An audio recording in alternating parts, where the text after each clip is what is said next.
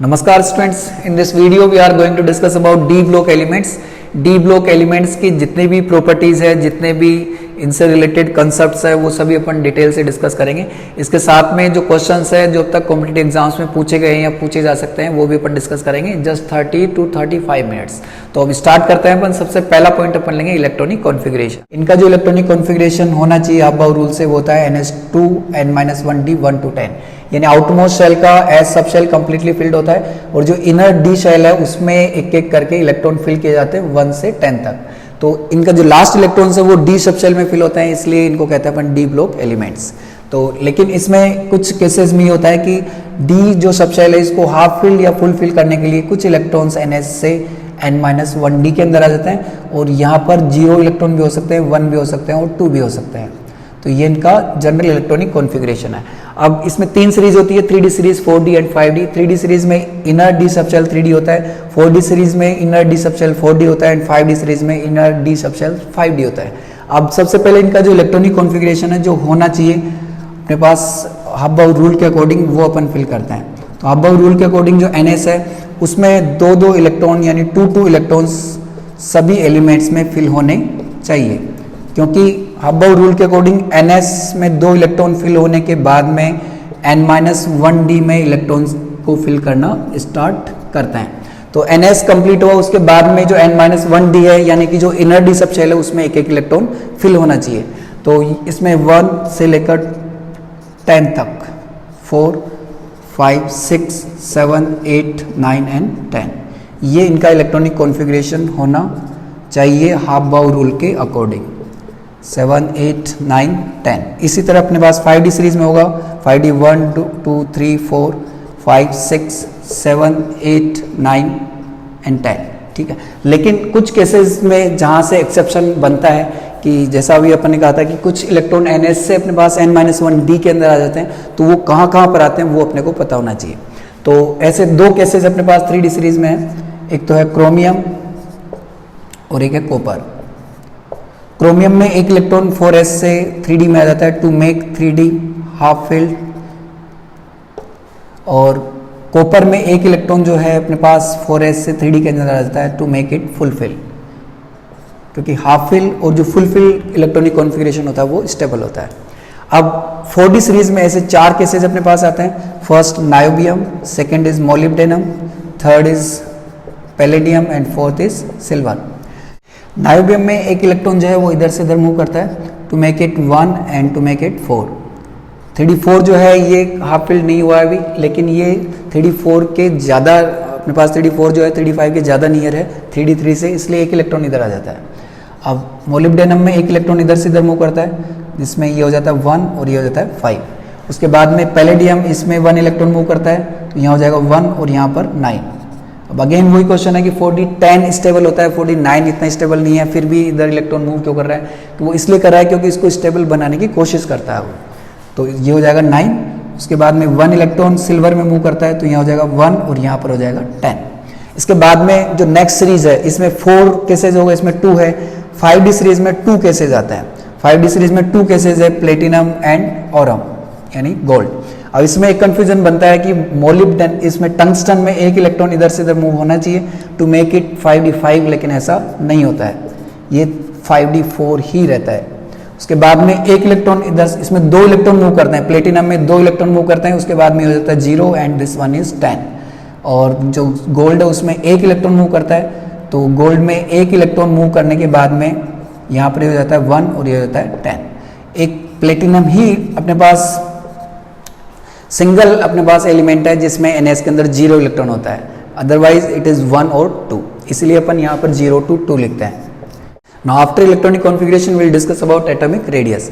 तो इनमें left to right चलने पर अपन जानते हैं पीरियड में जनरली एटॉमिक रेडियस डिक्रीज होती है, लेकिन यहाँ पर थोड़ा सा अलग ट्रेंड है।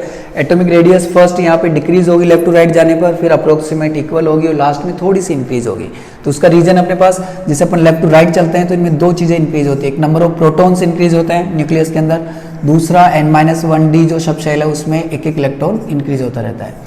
NS जो सब शेल है उसमें नंबर ऑफ इलेक्ट्रॉन्स कांस्टेंट रहते हैं, 2 या 1 या 0 जो भी आ रहा है। अब increase number of protons NS के इलेक्ट्रॉन्स को ज़्यादा अट्रैक्ट करते हैं और ये इसको पास लाने की कोशिश करते हैं। उसके साथ ही n-1d सब शेल के जो इंक्रीज इलेक्ट्रॉन है ये ns के इलेक्ट्रॉन्स को रिपेल करते हैं और इनको रिपेल करके दूर करने की कोशिश करते हैं। इसको शील्डिंग इफेक्ट कहते हैं अपन, लेकिन शील्डिंग इफेक्ट स्टार्टिंग में कम इफेक्टिव होता है। इंक्रीज नंबर ऑफ प्रोटॉन्स जो है वो उनका इफेक्ट ज़्यादा इफेक्टिव होता है। तो ये प्रोटॉन्स जो है वो ns के सबशेल को जो है अट्रैक्ट करके पास मिला देते हैं। इस वजह से जो रेडियस वो डिक्रीज होती है। मिड के अंदर जो इन दोनों का जो इफेक्ट है, इंक्रीज नंबर ऑफ प्रोटॉन्स और n-1d सब शेल के जो शील्डिंग इफेक्ट है अप्रोक्सीमेट इक्वल हो जाता है, तो दोनों कैंसिल कर देते हैं और रेडियस जो है अप्रोक्सीमेट इक्वल हो जाती है। और लास्ट में जाके शील्डिंग इफेक्ट जो है थोड़ा सा ज़्यादा इफेक्टिव होता है, क्योंकि यहाँ पे जो है 10 इलेक्ट्रॉन्स आ गए, तो ये 10 इलेक्ट्रॉन्स जो है वो आउटमोस्ट शेल के इलेक्ट्रॉन्स को रिपेल करके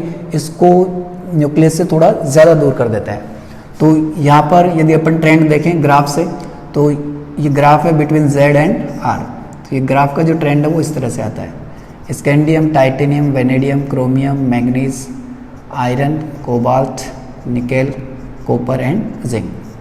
तो स्टार्टिंग में जो है ये डिक्रीज हो रही है, मैंगनीज से निकल तक अप्रोक्सीमेट इक्वल है और लास्ट में कॉपर जिंक में जाके थोड़ी सी इंक्रीज हो जाती है। अब इसके बाद में अपन सेकंड ट्रेंड देखते हैं अप टू डाउन के लिए। तो जैसे अपन अप टू डाउन चलते हैं किसी ग्रुप के अंदर, ठीक है, तो इनकी जो एलिमेंट्स जो रेडियस है वो 3D से 4D की ज़्यादा होती है, 4D से 5D की ज़्यादा होती है, क्योंकि अपन जानते हैं ग्रुप में अप टू डाउन जाने पे रेडियस इंक्रीज होती है। लेकिन इसमें एक चेंज है, ये 3D सीरीज़ है, फिर उसके बाद आएगी 4D सीरीज़ और उसके बाद में आएगी 5D सीरीज़। तो 4D और 5D सीरीज़ की जो रेडियस है वो अप्रोक्सीमेट इक्वल होती है। 3D और 4D की जो रेडियस है बहुत ज़्यादा डिफरेंस है, जबकि 4D और 5D सीरीज़ के जो एलिमेंट्स है इनकी रेडियस अप्रोक्सीमेट इक्वल होती है। उसका रीजन अपने पास, जैसे अपन 4D से 5D में जाते हैं तो इनके बीच में लेंथेनाइड एलिमेंट्स आते हैं। यहाँ पर लेंथेनाइड एलिमेंट्स हैं जिनमें लेफ्ट टू राइट चलने पर जो है लेंथेनाइड कॉन्ट्रैक्शन की वजह से रेडियस डिक्रीज होती है। तो अब इसके अंदर यह है कि जैसे अपन अप टू डाउन गए तो रेडियस इंक्रीज होगी, फिर उसके बाद में 14 लेंथेनाइड एलिमेंट्स से होकर अपन पास होते हैं तो रेडियस डिक्रीज होती जाती है। तो यहाँ पर अप टू डाउन चलने पर जो इंक्रीमेंट आया रेडियस में वो लेंथेनाइड कॉन्ट्रैक्शन की वजह से जो डिक्रीमेंट आ रहा है उससे कैंसिल हो जाता है, यानी हैफनियम में जो रेडियस है फिर जर्कोनियम के अप्रोक्सीमेट इक्वल आ जाती है। तो एट्रियम और लेंथेनम इन दोनों की रेडियस में तो फिर भी डिफरेंस होता है, स्टार्टिंग में डिफरेंस है, बाद में ही जाके अप्रोक्सीमेट इक्वल हो जाती है। Next time we will discuss about ionisation enthalpy. Ionisation enthalpy अपन जानते हैं लेफ्ट टू राइट जाने पे साइज जब डिक्रीज हो रही है तो आयनाइजेशन एंथैल्पी इंक्रीज होती है। लेकिन इनमें जो है कुछ आयनाइजेशन एंथैल्पी जो है specially second ionization enthalpy and third ionization enthalpy, ये कुछ एलिमेंट्स में एक्सपेक्टेड वैल्यू से कम होती है। ठीक है, लेफ्ट टू राइट जाने पे डेल्टा एच इंक्रीज होती है, डेल्टा एच 2 भी इंक्रीज होती है, डेल्टा एच 3 भी इंक्रीज होती है, और delta H 3 always more than delta H 2, delta H 2 is always more than delta H 1। ये सभी में अप्लाई होता है, कहीं कोई एक्सेप्शन नहीं है। लेकिन कुछ केसेस के अंदर जो डेल्टा एच 2 वो एक्सपेक्टेड वैल्यू से कम होती है और डेल्टा एच 3 भी एक्सपेक्टेड वैल्यू से कम होती है। वो कहाँ पर है? तो अपन जानते हैं कि 2 इलेक्ट्रॉन आसानी से कहाँ पर रिलीज होंगे, जहाँ पर 2 इलेक्ट्रॉन देने के बाद में स्टेबल कॉन्फ़िगरेशन आ रहा होगा। ठीक है, और वहीं पर डेल्टा एच 2 कम होगी। तो डेल्टा एच 2 जो है एक मैंगनीज में कम होती है, क्योंकि 2 इलेक्ट्रॉन देने के बाद में यहाँ पर यदि 2 इलेक्ट्रॉन अपन दे दे तो Mn2+ में 3d5 स्टेबल इलेक्ट्रॉनिक कॉन्फ़िगरेशन आ जाता है। उसके बाद में जिंक जो है इसमें भी 2 इलेक्ट्रॉन रिलीज करने के बाद में अपने पास जो इसका स्टेबल इलेक्ट्रॉनिक कॉन्फ़िगरेशन वो आ जाता है Zn2+ में 3d10। तो in zinc and manganese the delta IS2 is less than their expected values. उसके बाद में डेल्टा IS3 की यदि अपन बात करते हैं तो आयरन के अंदर डेल्टा IS3 एक्सपेक्टेड वैल्यू से कम होती है, क्योंकि इसमें यदि अपन 3 इलेक्ट्रॉन रिलीज कर दें तो 2 इलेक्ट्रॉन यहाँ से और 1 इलेक्ट्रॉन यहाँ से निकलेगा। तो Fe3+ जो है इसमें इलेक्ट्रॉनिक कॉन्फ़िगरेशन होता है 3d5, जो कि हाफ फील्ड है, स्टेबल है। इसकी वजह से जो आयरन है इसकी डेल्टा IS3 एक्सपेक्टेड वैल्यू से कम होती है। और यही ट्रेंड इनके जस्ट जो नीचे एलिमेंट्स आ रहे हैं उन पे भी अप्लाई होंगे, यानी कि यहाँ पर मैग्नीज के साथ में टेक्नीशियम, रेनियम और यहाँ पर कैडमियम और मरकरी, इनकी डेल्टा IS2 एक्सपेक्टेड से कम होगी। उसके बाद में आयरन, रुथेनियम एंड ओस्मियम, इनकी जो डेल्टा IS3 है वो एक्सपेक्टेड वैल्यू से कम होगी। जब अपन ग्रुप में अप टू डाउन की बात करते हैं तो जब अपन 3D से 4D सीरीज एलिमेंट में आते हैं सेम ग्रुप के अंदर तो रेडियस इंक्रीज होती है, और रेडियस इंक्रीज होने की वजह से आयनाइजेशन एंथैल्पी डिक्रीज होती है। लेकिन 4D से 5D सीरीज एलिमेंट में जब अपन आते हैं तो रेडियस में इतना ज़्यादा डिफरेंस नहीं आता। 4D और 5D सीरीज की जो रेडियस है वो अप्रोक्सीमेट इक्वल होती है। लेकिन उसके साथ में यहाँ पर एक और है कि 4D सीरीज में जितने प्रोटॉन्स आते हैं उसमें उसके कंपैरिजन में 5D सीरीज में 32 प्रोटॉन्स एक्स्ट्रा आते हैं। तो ये इंक्रीज नंबर ऑफ प्रोटॉन्स थोड़ी सी दूर से भी इलेक्ट्रॉन्स को ज़्यादा अट्रैक्ट कर लेते हैं और इसकी वजह से इन इलेक्ट्रॉन्स को रिलीज करने के लिए ज़्यादा एनर्जी की रिक्वायरमेंट होती है। इसमें साथ में एक चीज़ हो रहा है कि 4D से 5D में आते हैं अपन, तो एक्स्ट्रा एक शेल और इंट्रोड्यूस होता है, वो होता है 4F। 4F के जो इलेक्ट्रॉन है वो 5D के इलेक्ट्रॉन्स को रिपेल करके इनको इंक्रीज्ड न्यूक्लियर जो चार्ज है उससे प्रोटेक्ट करने की कोशिश भी करते हैं, लेकिन इनकी जो प्रोटेक्शन है या शील्डिंग इफेक्ट है ये इतना ज़्यादा इफेक्टिव नहीं होता। यानी कि ये जो 5D सीरीज के जो एलिमेंट्स है इनको इंक्रीज न्यूक्लियर चार्ज से इतना ज़्यादा प्रोटेक्ट नहीं कर पाते। इसकी वजह से जो अपन 4D से 5D सीरीज में आते हैं किसी भी सेम ग्रुप के अंदर, तो आयनाइजेशन एंथैल्पी इंक्रीज होती है। जनरली ग्रुप में अप टू डाउन जाने पर रेडियस इंक्रीज होने की वजह से आयनाइजेशन एंथैल्पी डिक्रीज हो जाती है, लेकिन यहाँ पर 4D सीरीज से 5D सीरीज के एलिमेंट में आते हैं तो आयनाइजेशन एंथैल्पी डिक्रीज होने के बजाय इंक्रीज होती है। तो यहाँ पर 9 एक्सेप्शन एक साथ, जैसे इट्रियम और लेंथेनम को अपन छोड़ देते हैं, तो उसके बाद में जर्कोनियम से हैफनियम में जाने पे नायोबियम से टेंटेलम, मोलिब्डेनम से टंगस्टन, इसी तरह अपन आगे की ओर चलते हैं तो आयनाइजेशन एंथैल्पी जो है वो इंक्रीज होती है। अब अपन डिस्कस करेंगे इनके फिजिकल नेचर के बारे में, जिसमें 3 पॉइंट अपने पास, hardness, melting point and atomisation enthalpy, क्योंकि ये तीनों एक दूसरे से रिलेटेड है और ये तीनों मेटल की जो स्ट्रेंथ है बॉन्ड की, मेटेलिक बॉन्ड की, उसके ऊपर डिपेंड करता है। किसी मेटल में जितने नंबर ऑफ इलेक्ट्रॉन्स बॉन्डिंग में पार्टिसिपेट करते हैं उसका मेटेलिक बॉन्ड उतना ही ज़्यादा स्ट्रॉन्ग होता है और उसकी हार्डनेस, मेल्टिंग पॉइंट और एटमाइजेशन एंथैल्पी उतनी ही ज़्यादा होती है। एटमाइजेशन एंथैल्पी होती है किसी मेटल में सारे मेटेलिक बॉन्ड्स ब्रेक करके उसको गैसेस एटम्स में कन्वर्ट करने के लिए रिक्वायर्ड एनर्जी। तो इसमें 2 चीज़ें हैं, एक तो यह है कि डी ब्लॉक जो मेटल्स है, ट्रांजिशन मेटल्स, इनमें ज़्यादा नंबर ऑफ इलेक्ट्रॉन्स बॉन्डिंग में पार्टिसिपेट करते हैं, इसलिए इनका जो मेटेलिक बॉन्ड होता है ये अदर मेटल से ज़्यादा स्ट्रॉन्ग होता है। यानी कि इनकी जो हार्डनेस है या इनका मेल्टिंग पॉइंट है और इनकी जो एटमाइजेशन एंथैल्पी है वो अदर जो मेटल्स है, जैसे एस ब्लॉक के मेटल्स है, कुछ पी ब्लॉक में आती है, गैलियम और एल्यूमिनियम, उनसे ज़्यादा होती है। दूसरी यह है कि जब अपन लेफ्ट टू राइट चलते हैं तो इनमें atomization enthalpy, hardness and melting point ये क्रोमियम तक इंक्रीज होते हैं, उसके बाद में डिक्रीज होते हैं। उसका रीजन है अपने पास में कि जब अपन लेफ्ट टू राइट चलते हैं तो number of unpaired electrons manganese तक इंक्रीज होते हैं, उसके बाद में डिक्रीज होते हैं। इनमें मेटेलिक बॉन्ड में जो इलेक्ट्रॉन पार्टिसिपेट करते हैं वो इलेक्ट्रॉन पार्टिसिपेट करते हैं NS के इलेक्ट्रॉन और N-1D के unpaired electrons, unpaired electrons plus NS electrons. तो ये एडिशन, ये सम जो है जितना ज़्यादा होगा उस मेटल का जो मेटेलिक बॉन्ड है वो उतना ही ज़्यादा स्ट्रॉन्ग होगा। तो यहाँ पे अपन देखते हैं NS में 2 इलेक्ट्रॉन है, यहाँ पर भी 2 इलेक्ट्रॉन है, 2 है, यहाँ पर 1 इलेक्ट्रॉन है NS में और NS में 2 इलेक्ट्रॉन है, 2। NS के जो इलेक्ट्रॉन्स की पार्टिसिपेशन है वो सब में अप्रोक्सीमेट इक्वल है, लेकिन N-1D के जो इलेक्ट्रॉन है, अनपेयर्ड इलेक्ट्रॉन, वो मैग्नीज तक इंक्रीज होते हैं, उसके बाद में डिक्रीज होते हैं। सारे इलेक्ट्रॉन N-1D के जो है वो बॉन्डिंग में पार्टिसिपेट नहीं करते हैं, केवल अनपेयर्ड इलेक्ट्रॉन ही पार्टिसिपेट करते हैं। ये अपने को पता है कि स्कैंडियम में 1 इलेक्ट्रॉन आएगा, ठीक है, अनपेयर्ड इलेक्ट्रॉन। टाइटेनियम में 2 अनपेयर्ड इलेक्ट्रॉन है, फिर वेनेडियम में 3 अनपेयर्ड इलेक्ट्रॉन है, क्रोमियम में 5 अनपेयर्ड इलेक्ट्रॉन है, मैग्नीज में भी 5 अनपेयर्ड इलेक्ट्रॉन है, 1 2 3 4 5। लेकिन आयरन में 6 इलेक्ट्रॉन होते हुए भी अनपेयर्ड इलेक्ट्रॉन 4 ही रह जाएंगे, 1 2 3 4 5 6। तो इसमें अनपेयर्ड इलेक्ट्रॉन 4 है, देन 3 है, देन 2 है, देन 1 है, देन 0 है।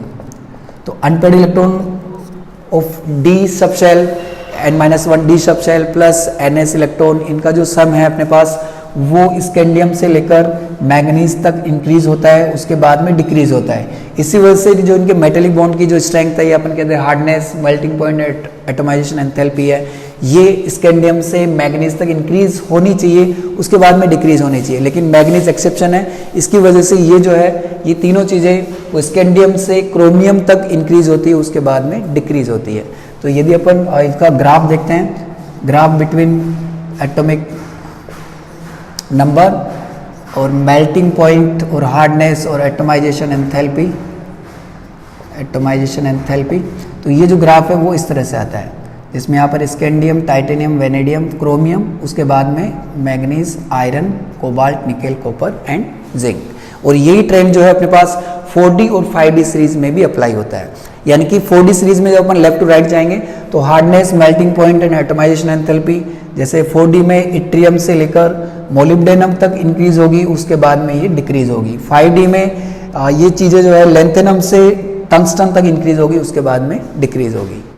नेक्स्ट जो अपना डिस्कशन है वो केवल 3D सीरीज एलिमेंट्स के लिए होगा, और इसमें जो सबसे पहले अपन ले रहे हैं वो है इलेक्ट्रोड पोटेंशियल। इलेक्ट्रोड पोटेंशियल इसमें दो टाइप के अपन डिस्कस करेंगे। उसमें फर्स्ट अपने पास E standard M di positive oblique M. इसका मतलब ये है कि यहाँ पर 2 इलेक्ट्रॉन डोनेट करने की जो टेंडेंसी है वो कितनी ज़्यादा है। जिस मेटल में 2 इलेक्ट्रॉन डोनेट करने की tendency, the tendency to release 2 electrons वो जितनी ज़्यादा होगी उतनी ही इसकी नेगेटिव वैल्यू भी ज़्यादा होगी।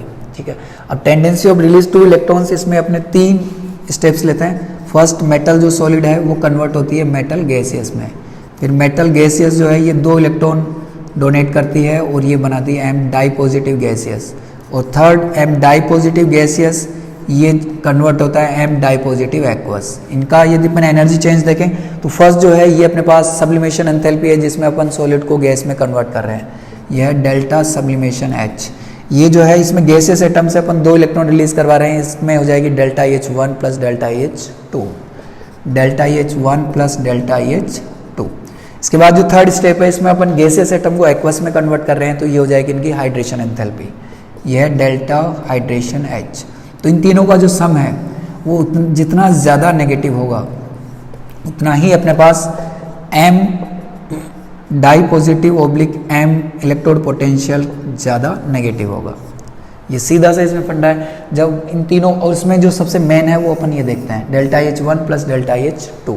तो अपन जानते हैं कि लेफ्ट टू राइट चलने पर साइज इंक्रीज होती है, साइज जो है वो डिक्रीज होती है, और साइज डिक्रीज होने की वजह से इलेक्ट्रॉन डोनेट करने की जो टेंडेंसी है वो कम होती है। इलेक्ट्रॉन डोनेट करने की टेंडेंसी कम होगी यानी कि इलेक्ट्रोड पोटेंशियल का जो नेगेटिव वैल्यू है वो भी कम होगा। या दूसरे अदर वर्ड्स में अपन कह सकते हैं जब अपन लेफ्ट टू राइट चलते हैं तो delta H1 plus delta H2 की जो पॉजिटिव वैल्यू है वो इंक्रीज हो रही है, यानी कि इन तीनों का जो सम है नेगेटिव वो डिक्रीज होगा, और इन तीनों का जो नेगेटिव सम है वो डिक्रीज होगा। तो डेल्टा, ये जो इलेक्ट्रोड पोटेंशियल अपने पास M di positive oblique M standard, इसका जो नेगेटिव वैल्यू है ये भी डिक्रीज होगी। ठीक है, तो फर्स्ट पॉइंट ये आ गया अपने पास। लेफ्ट टू राइट चलते हैं अपन, तो E di positive M di positive oblique M की जो नेगेटिव वैल्यू है ये डिक्रीज होती है। इसमें कुछ एक्सेप्शनल केसेस है, कुछ जगह पर ये जो वैल्यू है वो एक्सपेक्टेड नेगेटिव से ज़्यादा नेगेटिव हो जाती है। अब ज़्यादा नेगेटिव क्यों हो जाती है? क्योंकि इसको अपन मेजर कर रहे हैं टेंडेंसी टू रिलीज 2 इलेक्ट्रॉन्स। जो मेटल 2 इलेक्ट्रॉन जल्दी रिलीज करेगी उसमें इसकी जो नेगेटिव वैल्यू है वो भी एक्सपेक्टेड से ज़्यादा हो जाएगी। और वो अपन जानते हैं कौन कौन से मेटल्स हैं। फर्स्ट अपने पास मैग्नीज एंड सेकेंड है जिंक। क्योंकि ये 2 इलेक्ट्रॉन रिलीज करने के बाद में स्टेबल 3d10 जो होता है अपने पास Zn2 प्लस में, और यहाँ पर स्टेबल 3d5 जो होता है Mn2 प्लस में, ये कॉन्फ़िगरेशन ऑब्टेन कर लेती है। तो इस वजह से इनकी जो डेल्टा ये इलेक्ट्रोड पोटेंशियल जो होता है वो एक्सपेक्टेड वैल्यू से ज़्यादा नेगेटिव होता है। और दूसरा ये है कि अपन यहाँ से भी देख सकते हैं कि इनकी डेल्टा H2 कम होती है। इन दोनों की डेल्टा H2 एक्सपेक्टेड से कम होगी, यानी कम पॉजिटिव होगी, तो इन तीनों का जो सम है नेगेटिव वो ज़्यादा होगा। तो 2 केस ये अपने पास। तीसरा जो केस है अपने पास वो है निकेल। निकेल के अंदर जो इलेक्ट्रोड पोटेंशियल है M di positive oblique M, ये भी नेगेटिव ज़्यादा होता है एक्सपेक्टेड से। उसका रीज़न है, इसका रीज़न अपन यहाँ से नहीं देख सकते। इसमें 2 इलेक्ट्रॉन डोनेट करने की कोई ज़्यादा टेंडेंसी नहीं है, क्योंकि 2 इलेक्ट्रॉन डोनेट करने के बाद यहाँ कॉन्फ़िगरेशन आएगा 3d8, वो स्टेबल कहीं से भी नहीं है। लेकिन इसमें रीज़न है हाइड्रेशन एंथैल्पी का। निकेल जो है Ni2 प्लस, इसकी हाइड्रेशन एंथैल्पी ज़्यादा होती है। डेल्टा हाइड्रेशन H इसकी ज़्यादा है, इज़ मोर नेगेटिव। अब ये ज़्यादा नेगेटिव है तो इन तीनों का जो सम है उसको ये ज़्यादा नेगेटिव बना देती है। अब ज़्यादा नेगेटिव बना रही है तो इसका मतलब इसका जो इलेक्ट्रोड पोटेंशियल है M di positive oblique M, ये भी एक्सपेक्टेड वैल्यू से ज़्यादा नेगेटिव हो जाता है। या अदर वर्ड्स में अपन कह सकते हैं कि इसमें 2 इलेक्ट्रॉन डोनेट करने के लिए ज़्यादा एनर्जी चाहिए, इनसे ज़्यादा एनर्जी चाहिए क्योंकि ये स्मॉल साइज का इनसे, लेकिन वो एनर्जी इसकी हाइड्रेशन एंथैल्पी प्रोवाइड करवा देती है। यदि स्टैंड को अपन ग्राफ से शो करना चाहें तो ये ग्राफ है between Z and E standard M di positive oblique M, जिसमें इधर इसकी नेगेटिव वैल्यू है, इधर इसकी पॉजिटिव वैल्यू है। तो स्कैंडियम से अपन स्टार्ट करते हैं, तो इसकी जो नेगेटिव वैल्यू हो धीरे धीरे डिक्रीज होगी, कॉपर में जाके पॉजिटिव हो जाती है, उसके बाद में जिंक में वापस नेगेटिव। जिंक में वैसे भी एक्सपेक्टेड से ज़्यादा नेगेटिव अपन ने बता रखी है, तो ये कॉपर से भी ज़्यादा नेगेटिव होगी। तो पहली चीज़ तो ये है कि कॉपर यहाँ पर एक सिंगल एलिमेंट है, ये ट्रांजिशन मेटल जो है 3D सीरीज में एक सिंगल केवल मेटल है जिसका इलेक्ट्रोड पोटेंशियल पॉजिटिव है, अदरवाइज सभी मेटल्स का नेगेटिव है। और ये पॉजिटिव क्यों है? क्योंकि अपन ने देखा था यहाँ पे जो है इसकी जो हाइड्रेशन एंथैल्पी है, सब्लिमेशन एंथैल्पी है और delta H1 plus delta H2, इनका जो सम है वो पॉजिटिव आता है कॉपर के लिए। ये सम पॉजिटिव आता है, इसका मतलब यहाँ जो इलेक्ट्रोड पोटेंशियल है वो भी पॉजिटिव आता है। और उसका रीजन इसमें जो सबसे ज़्यादा कंट्रीब्यूशन होता है वो उसकी आयनेशन एंथैल्पीज का है, खासकर डेल्टा H2 इसमें बहुत ज़्यादा होती है क्योंकि सेकंड इलेक्ट्रॉन अपने को स्टेबल कॉन्फ़िगरेशन से निकालना होता है। तो डेल्टा H2 इतनी ज़्यादा है कि उसने इन तीनों का जो सम है उसको बहुत ज़्यादा पॉजिटिव बना देती है, जिसकी वजह से इसका जो इलेक्ट्रोड पोटेंशियल है वो पॉजिटिव होता है। और अब इसके बाद में यदि अपन ट्रेंड की बात करें तो scandium, titanium, vanadium, chromium, manganese, iron, cobalt, nickel, copper and zinc, ये ट्रेंड है। अब जिंक जो है वो एक्सपेक्टेड से ज़्यादा नेगेटिव है और कॉपर से भी ज़्यादा नेगेटिव है। उसके बाद में निकेल एक्सपेक्टेड से ज़्यादा नेगेटिव है, लेकिन ये कोबाल्ट से ज़्यादा नेगेटिव नहीं है। उसी तरह मैग्नीज में होगा, मैग्नीज एक्सपेक्टेड से ज़्यादा नेगेटिव है लेकिन क्रोमियम से ज़्यादा नेगेटिव नहीं है। तो इस तरह से अपन इनकी टेंडेंसीज को शो कर सकते हैं। अब कॉपर का यहाँ पर एक अबनॉर्मल बिहेवियर भी है। जैसे अपन ने कहा कॉपर की जो इलेक्ट्रोड पोटेंशियल है Cu2 प्लस ऑब्लिक Cu, ये पॉजिटिव होता है। अब पॉजिटिव का मतलब इसमें 2 इलेक्ट्रॉन डोनेट करने की टेंडेंसी नहीं होती है, क्योंकि सेकेंड इलेक्ट्रॉन जो है वो fully filled 3D10 electronic configuration से निकल रहा है। लेकिन फिर भी Cu प्लस जो होता है ये Cu2 प्लस में कन्वर्ट हो जाता है इन एक्वस मीडियम, जबकि कॉन्फ़िगरेशन के अकॉर्डिंग 3D10 Cu प्लस ज़्यादा स्टेबल होना चाहिए और ये कम स्टेबल होना चाहिए। लेकिन फिर भी एक्वस मीडियम में अपन Cu प्लस क्यूप्रस सोल्ट लेते हैं तो वो क्यूप्रिक सोल्ट में कन्वर्ट हो जाता है। उसका रीजन है अपने पास कि Cu प्लस जो है वो एक्वस मीडियम में डिसप्रोपोर्शनेट होता है, जिसमें एक Cu2 प्लस आयन दूसरे Cu2 प्लस आयन को इलेक्ट्रॉन देता है, तो ये बना लेगा Cu2 प्लस और जो इलेक्ट्रॉन गेन कर रहा है वो बना लेगा Cu।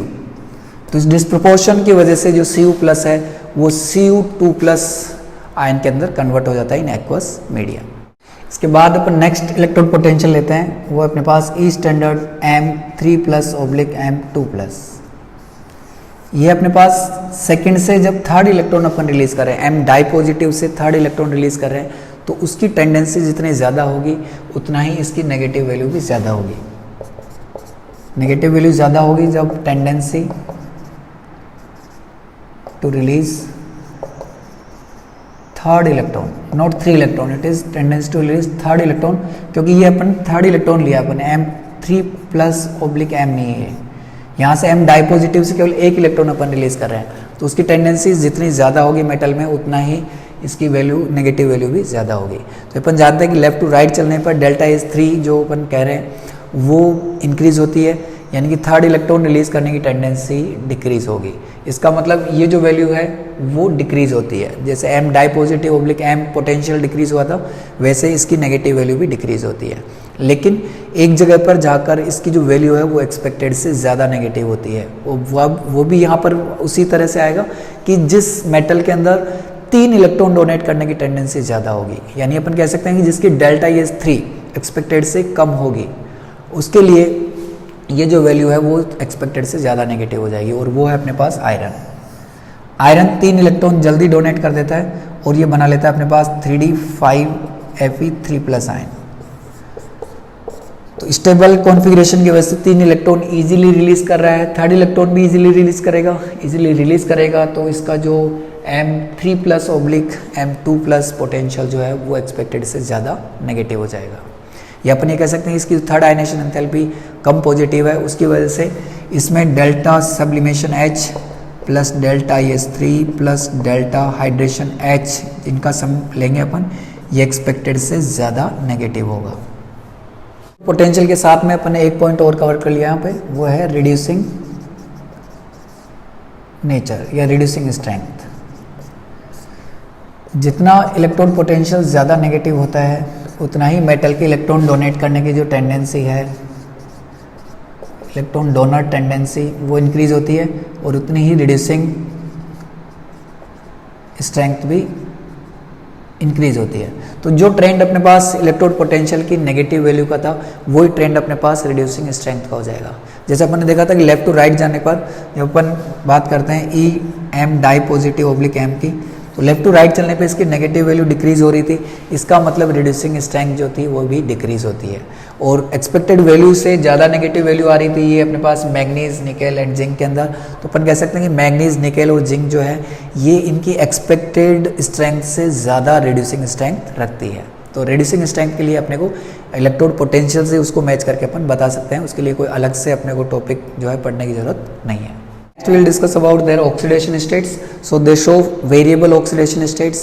Variable का मतलब है कि एक से ज़्यादा oxidation state से एक से ज़्यादा oxidation number शो करते हैं, क्योंकि इनमें जो NS के जो इलेक्ट्रॉन है उसके साथ साथ में N-1D सबशेल के जो अनपेड इलेक्ट्रॉन्स है ये भी डोनेट कर दिए जाते हैं। उसका रीज़न है कि NS और N-1D जो इलेक्ट्रॉन्स है, N-1D और NS जो सबशेल है, इनकी एनर्जी अप्रोक्सीमेट इक्वल होती है। तो जिस एनर्जी में NS के इलेक्ट्रॉन्स डोनेट किए जा रहे हैं लगभग उसी एनर्जी में N-1D के अनपेड इलेक्ट्रॉन्स भी डोनेट कर दिए जाते हैं। इसकी वजह से इनमें एक से ज़्यादा ऑक्सीडेशन नंबर्स आती है। अब इसकी ऑक्सीडेशन नंबर की अपन बात करते हैं, तो ऑक्सीडेशन नंबर अपने पास +2 से स्टार्ट होगी और लास्ट में जाएगी इनकी मैक्सिमम जो ऑक्सीडेशन स्टेट है ये होती है NS plus unpaired electrons of N-1D। तो जब तक N-1D के अनपेयर्ड इलेक्ट्रॉन निकल नहीं जाते तब तक एक एक इलेक्ट्रॉन ये डोनेट करते रहता है। N-1D के अनपेयर्ड इलेक्ट्रॉन जब तक नहीं निकल जाते तब तक ये एक एक इलेक्ट्रॉन डोनेट करता रहता है। तो इनमें जो ऑक्सीडेशन नंबर है वो +2 से स्टार्ट होगी सब में,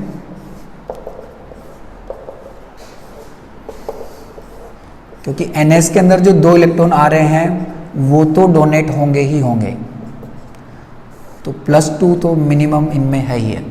उसके साथ में यह है कि कॉपर ये एक इलेक्ट्रॉन भी यहाँ से डोनेट कर सकता है, तो यहाँ पर +1 ऑक्सीडेशन स्टेट भी आती है। क्रोमियम में भी आ सकती है क्योंकि एक इलेक्ट्रॉन डोनेट करने के बाद 3d5 आ रहा है यहाँ पर, लेकिन जनरली क्रोमियम में +1 ऑक्सीडेशन स्टेट ज़्यादातर देखी नहीं जाती। तो ये +2 स्टेट है। उसके बाद में मैक्सिमम है 2 + 1 3, इसमें मैक्सिमम है 2 + 2 4, मैक्सिमम 2 + 3 5, मैक्सिमम यहाँ पर है 5 + 1 6, यहाँ पर मैक्सिमम है 2 + 5 + 7। उसके बाद में जो मैक्सिमम स्टेट है ये हो जाएगी 2 + 4 6, क्योंकि अपन जोड़ रहे हैं NS के electron plus unpaired electron of N-1D, तो 6D6 के अंदर 1 2 3 4 5 6, यहाँ अनपेड इलेक्ट्रॉन केवल 4 ही है, तो 4 + 2 6। ऐसे यहाँ पे अनपेड इलेक्ट्रॉन 7 के अंदर 1 2 3 4 5 6 7, 3 है, 3 + 2 5 से यहाँ पे 4 होंगे +3। तो ये अपन देख सकते हैं कि जो मैक्सिमम ऑक्सीडेशन स्टेट है ये पहले इंक्रीज होती है मैग्नीज तक, उसके बाद में डिक्रीज होती है। अब इनके बीच की जो स्टेट है वो अपन फिल कर लेते हैं। 3 + 4 ये 3 + 4 + 5 + 3 + 4 + 5 + 6, 3 + 4 + 5 + 3 + 4, यहाँ पर है +3। अब इसमें कुछ ऑक्सीडेशन स्टेट्स नहीं आती है, जैसे स्कैंडियम में +2 नहीं आती, क्योंकि इसमें 3 इलेक्ट्रॉन हैं जिनको डोनेट करके ये जो है fully filled stable configuration obtain कर सकता है। तो पहला क्वेश्चन यहाँ से भी बनता है कि scandium is only transition metal which does not show variable oxidation number, क्योंकि इसमें केवल एक ही ऑक्सीडेशन नंबर है। जिंक भी है पर जिंक ट्रांजिशन मेटल नहीं है। जिंक में अपन कह सकते हैं 3D element which does not show variable oxidation state.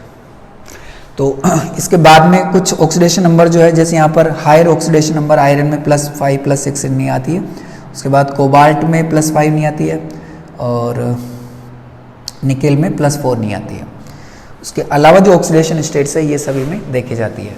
यहाँ से मैग्नीज का क्वेश्चन बनता है, maximum oxidation number manganese show करता है और maximum number of oxidation numbers वो भी मैग्नीज ही शो करता है। +1 ऑक्सीडेशन नंबर ये कॉपर शो करता है। अब इसमें सेकंड टेंडेंसी ये है कि जब अपन लेफ्ट टू राइट चल रहे हैं तो मैक्सिमम ऑक्सीडेशन स्टेट की स्टेबिलिटी कम होती है। यहाँ पे अपन देख सकते हैं maximum oxidation number +3 most stable, यहाँ पर भी मोस्ट स्टेबल है, यहाँ पर भी मोस्ट स्टेबल है, यहाँ पर +3 +2 ज़्यादा स्टेबल है। एक तो मैक्सिमम ऑक्सीडेशन नंबर आनी भी कम हो गई, लेकिन जो भी मैक्सिमम ऑक्सीडेशन नंबर इधर आ रही है वो भी कम स्टेबल होगी। जैसे यहाँ पे अपन देख सकते हैं +2 ही स्टेबल है, +3 कॉपर के अंदर स्टेबल नहीं होती है, +3 आती ही नहीं है।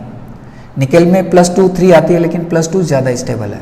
तो जो अपन लेफ्ट टू राइट चलते हैं तो दो चीज़ें अपने पास चेंज हो रही है। फर्स्ट तो ये है कि मैक्सिमम ऑक्सीडेशन नंबर जो है वो भी कम हो रही है, मैक्सिमम ऑक्सीडेशन नंबर कम आ रही है। जैसे यहाँ +7 ऑक्सीडेशन नंबर है, +4 है, +3 है। और दूसरा ये है कि मैक्सिमम ऑक्सीडेशन नंबर जो भी आ रही है उसकी स्टेबिलिटी भी कम हो रही है। तो लेफ्ट टू राइट जब अपन चलते हैं तो इनमें हाईएस्ट जो ऑक्सीडेशन नंबर है, मैक्सिमम ऑक्सीडेशन जो नंबर है उसको शो करने की टेंडेंसी कम होती जाती है। उसका रीजन अपने पास, जैसे अपन लेफ्ट टू राइट चलते हैं तो साइज डिक्रीज होती है, तो ये स्मॉल साइज की अपने पास मेटल्स है। अब स्मॉल साइज होने की वजह से इनमें ऐसा होता है कि स्टार्टिंग जो इलेक्ट्रॉन्स है वो जल्दी डोनेट कर दिए जाते हैं इजीली, लेकिन उसके बाद में जो इलेक्ट्रॉन डोनेट करने की जो टेंडेंसी है वो बहुत ज़्यादा कम हो जाती है। तो ये जो मेटल्स है वो अपनी लोअर ऑक्सीडेशन नंबर में ही स्टेबिलिटी फील करती है। अब इसके बाद में इससे जुड़ा हुआ अपने पास एक पॉइंट है oxidising nature of their oxo ions. अपन जानते हैं ऑक्सीडाइजिंग जो है सब्सटेंस, ऑक्सीडाइजिंग रिएजेंट एक रिएजेंट होता है जो दूसरे को ऑक्सीडाइज करता है, खुद रिड्यूस करता है, खुद रिड्यूस होता है, यानी कि वो अपनी हायर ऑक्सीडेशन नंबर से लोअर ऑक्सीडेशन नंबर में आता है और दूसरा जो सब्सटेंस है, दूसरी स्पीशीज उसकी ऑक्सीडेशन नंबर को बढ़ा देता है। तो ऐसा ही यहाँ पर भी होगा, क्योंकि जब अपन राइट साइड में चल रहे हैं तो अपन ने कहा कि हायर ऑक्सीडेशन नंबर इनकी अनस्टेबल है, लोअर ऑक्सीडेशन नंबर स्टेबल है। तो ये भी यानी इनके जो ऑक्सो आयंस है वो भी अपने हायर ऑक्सीडेशन नंबर से लोअर ऑक्सीडेशन नंबर में आना चाहेंगे और उसी तरह वो बिहेव करेंगे तो ऑक्सीडाइजिंग रिएजेंट। तो अपन देख रहे हैं कि लेफ्ट टू राइट चलने पर इनमें हायर ऑक्सीडेशन नंबर की जो स्टेबिलिटी है वो कम होती जा रही है, यानी कि higher oxidation number left to right चलने पर अनस्टेबल होती जा रही है। अनस्टेबल होने की वजह से इनमें लेफ्ट टू राइट चलते हैं अपन तो ऑक्सो आयंस की जो ऑक्सीडाइजिंग स्ट्रेंथ है, यानी कि हायर ऑक्सीडेशन से लोअर ऑक्सीडेशन नंबर में आने की जो टेंडेंसी है वो भी इंक्रीज होती जाएगी। तो यहाँ पर अपन कुछ देख सकते हैं, जैसे इसका एक ऑक्सो आयन है MnO4-, यहाँ पर है Cr2O7-2-, यहाँ पे हो सकता है VO2+, ठीक है। आयरन भी कोई ऑक्सो आयन बना रहा है जैसे +4 स्टेट में। तो ये सब ऑक्सीडाइजिंग रिएजेंट है और इनकी ऑक्सीडाइजिंग जो स्ट्रेंथ होगी वो इधर होगी, क्योंकि ऑक्सीडाइजिंग स्ट्रेंथ मतलब हायर ऑक्सीडेशन नंबर से स्टेबल लोअर ऑक्सीडेशन नंबर में आने की जो स्टेबिलिटी अपने पास टेंडेंसी है, ऑक्सीडाइजिंग स्ट्रेंथ है, वो इधर ही इंक्रीज होती है। अब ऑक्सीडाइजिंग रिड्यूसिंग से जुड़ा हुआ यहाँ पे एक पॉइंट है Mn3+ और Cr2+ के बारे में। Mn3+ का कॉन्फ़िगरेशन होगा 3d4, क्योंकि यहाँ पर 3 इलेक्ट्रॉन अपन Mn से रिलीज करने होंगे, 2 यहाँ से +1 यहाँ से, तो हो गया 3d4। Cr2+ का कॉन्फ़िगरेशन भी 3d4 है। यहाँ पे अपन ने 2 इलेक्ट्रॉन रिलीज किए हैं, एक यहाँ से रिलीज होगा और एक यहाँ से रिलीज होगा, तो दोनों का इलेक्ट्रॉनिक कॉन्फ़िगरेशन 3d4 है। और ये अपन जानते हैं कि 3d4 से कोई भी स्पीशीज जो है वो 3d5 में जाना चाहेगी, क्योंकि 3d5 जो होता है वो हाफ फील्ड होने की वजह से स्टेबल होता है। तो Mn3+ जो है ये इलेक्ट्रॉन गेन करेगा, क्योंकि अब यहाँ पे हो गया 3d4 + 1 5 इलेक्ट्रॉन्स और ये बना लेगा Mn2+। तो ये टेंडेंसी Mn3+ में होती है। तो यहाँ पर जो Mn2+ है ये गेन कर रहा है इलेक्ट्रॉन गेन करना होता है रिडक्शन, और जिसका रिडक्शन होता है वो होता है ऑक्सीडाइजिंग रिएजेंट। तो Mn3+ behave as oxidising reagent. लेकिन Cr2+ में भी यही अपने पास जो है एक्सपेक्ट करते हैं अपन कि 3d4 से ये एक इलेक्ट्रॉन गेन करके 3d5 में जाए और ऑक्सीडाइजिंग रिएजेंट के जैसे बिहेव करे, लेकिन ये करता है रिड्यूसिंग रिएजेंट के जैसे बिहेव, यानी कि ये जो है एक इलेक्ट्रॉन डोनेट करता है और 3d3 कॉन्फ़िगरेशन ऑब्टेन करता है इन Cr3+। ऐसा क्यों होता है? क्योंकि यहाँ 3d3 है, ये भी स्टेबल है, ये स्टेबल है अपने पास half filled T2g electronic configuration, ये है half filled T2G electronic configuration. अपन जानते हैं कि क्रिस्टल फील्ड के अंदर जो d ऑर्बिटल्स है ये दो फील्ड में दो लेवल्स में डिवाइड होते हैं, T2G एंड Eg। इनमें से जो T2G है इसमें 3 ऑर्बिटल्स होते हैं, तो T3 में यहाँ पे एक एक इलेक्ट्रॉन हर ऑर्बिटल के अंदर आ जाएगा। तो D3 में स्टेबल कॉन्फ़िगरेशन होता है due to half filled T2G electronic configuration. अब नेक्स्ट है इनकी मैग्नेटिक प्रॉपर्टी एंड कलर। तो अपन जानते हैं कि जिन आयंस में अनपेयर्ड इलेक्ट्रॉन होते हैं वो पैरामैग्नेटिक होते हैं और वो कलर्ड होते हैं। तो इनके जो मैक्सिमम नंबर ऑफ आयंस है उनमें अनपेयर्ड इलेक्ट्रॉन होते हैं and due to unpaired electrons they are paramagnetic and coloured. तो इनके जो आयंस हैं due to unpaired electrons they are paramagnetic and coloured. अब कुछ आयंस डायमैग्नेटिक होंगे और वो कलरलेस होंगे। कौन सा आयन होंगे? जिनके अंदर अनपेयर्ड इलेक्ट्रॉन्स नहीं आ रहे। तो यहाँ पे कुछ आयंस अपने पास जैसे Zn2+ 3d10 configuration, Sc3+ 3d0 configuration, यहाँ से ले सकते हैं अपन Cu+ 3d10 कॉन्फ़िगरेशन। तो ये अपने पास ऐसे आयन हैं। यहाँ से भी ले सकते हैं अपन Ti4+ 3d0 कॉन्फ़िगरेशन, क्योंकि अनपेयर्ड इलेक्ट्रॉन दो ही कंडीशन में नहीं होंगे, या तो 3d0 में नहीं होंगे या 3d10 में नहीं होंगे।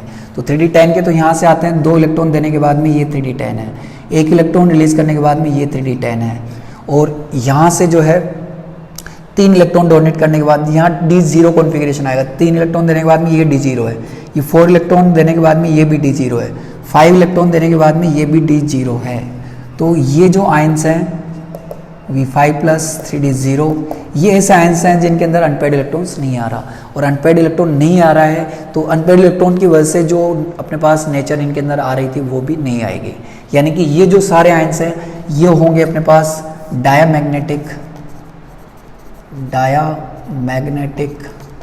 And colourless.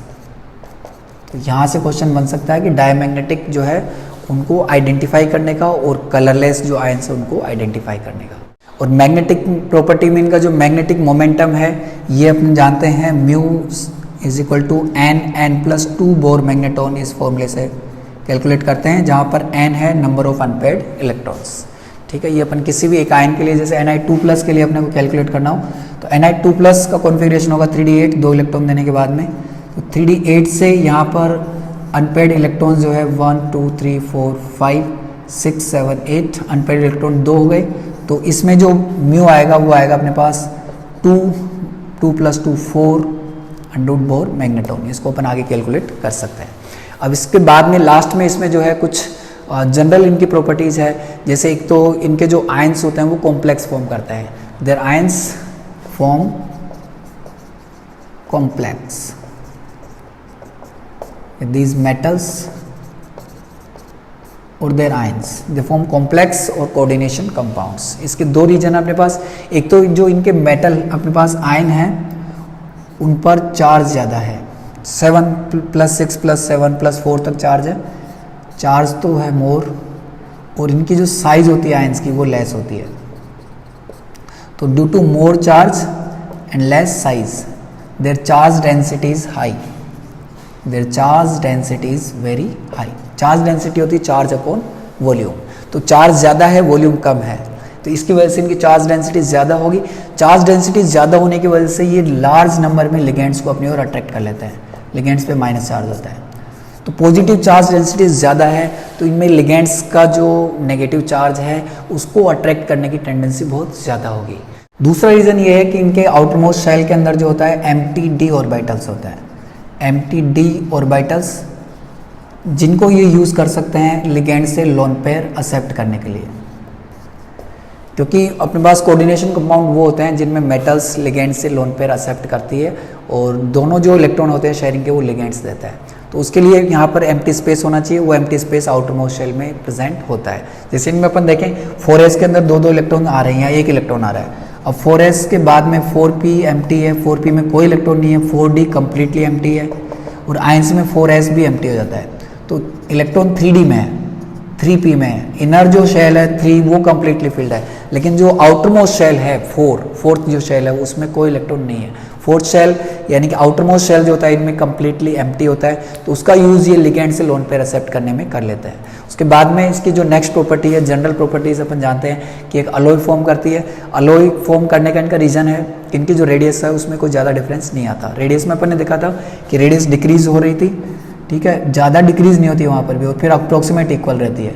तो रेडियस इनकी जो होती है मेटल्स की, ट्रांजिशन मेटल्स की, वो अप्रोक्सीमेट इक्वल होती है। अप टू डाउन जाने पर भी उतना कोई ज़्यादा चेंज नहीं आता है। 4D और 5D में तो अपन ने वैसे देखा था कि उनकी तो बहुत ज़्यादा पास पास में होती है एटॉमिक रेडियस। तो एटॉमिक रेडियस में कम डिफरेंस होने की वजह से ये अलॉय फॉर्म करती है। ये भी अपने पास एक क्वेश्चन है कि अलॉय ये ही क्यों फॉर्म करती है, क्योंकि अलॉय फॉर्म करने के लिए अपने पास मेटल्स जो अलॉय फॉर्म कर रही है उसमें क्राइटेरिया है कि उनके एटॉमिक रेडियस में 15% अप्रोक्सीमेट 15% का डिफरेंस होना चाहिए, और वो इनके अंदर होता है। इसलिए ये मेटल्स जो है अलॉय फॉर्म करती है। So now the video is over, and in the next video will discuss about the biomolecules like carbohydrate, protein.